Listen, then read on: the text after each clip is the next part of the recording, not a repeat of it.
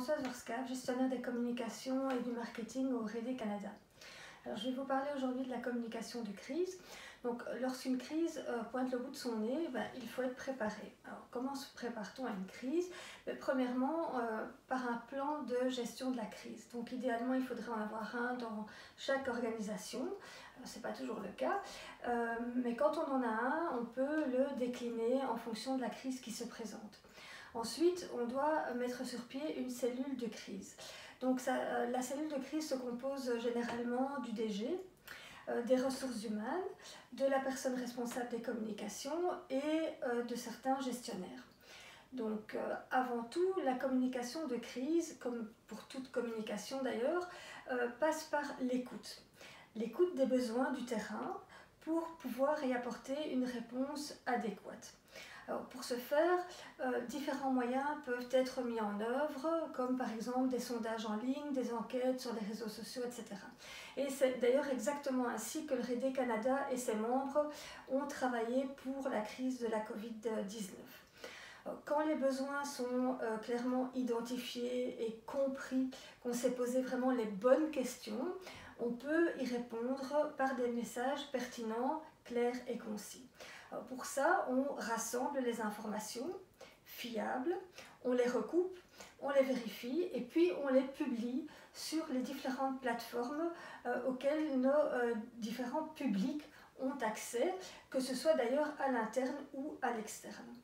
Le RD Canada, pour la crise de la Covid-19 et de manière plus générale, sert de plateforme centralisatrice pour ses membres et partage les informations, les ressources, les mises à jour. Donc, pour la crise qui nous occupe en ce moment, nous avons créé une page Covid-19 sur notre site.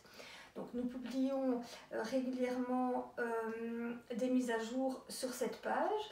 Et nous publions également plus régulièrement notre infolettre. Sur nos réseaux sociaux également, nous avons décidé de diffuser de nombreuses vidéos. Donc vous pouvez nous suivre sur Facebook, sur Twitter, sur LinkedIn. Et nos membres des RD provinciaux et territoriaux sont tagués sur ces publications. Comme ça, ils peuvent repartager l'information. Alors, qu'est-ce qu'on publie sur toutes ces différentes plateformes? Donc, que ce soit le site, les réseaux sociaux, les infolettres, etc. Mais d'abord, les publications concernent toutes les ressources qui sont proposées et toutes les mesures qui sont mises en place par les différents gouvernements. Que ce soit le gouvernement fédéral ou que ce soit les gouvernements provinciaux et territoriaux. Ensuite, on publie également d'autres ressources telles que les ressources proposées par la plateforme Innovation Canada ou par la Banque de développement du Canada. Et puis, évidemment, on publie tout ce qui est organisé par nos membres. Alors, on travaille dans un différent mode de fonctionnement que le mode de fonctionnement habituel. On travaille évidemment en ligne, mais ça n'a pas réduit l'enthousiasme de nos membres pour aider tous leurs clients.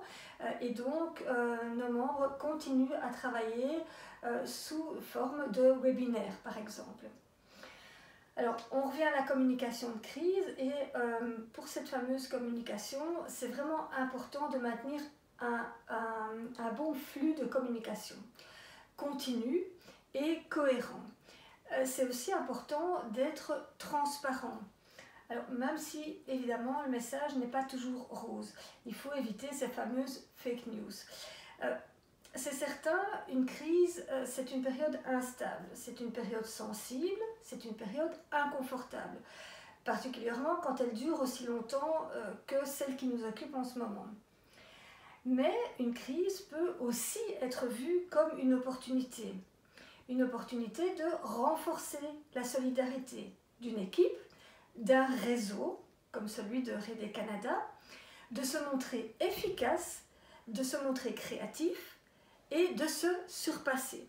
Sur ce, je vous souhaite bon courage et restez en santé.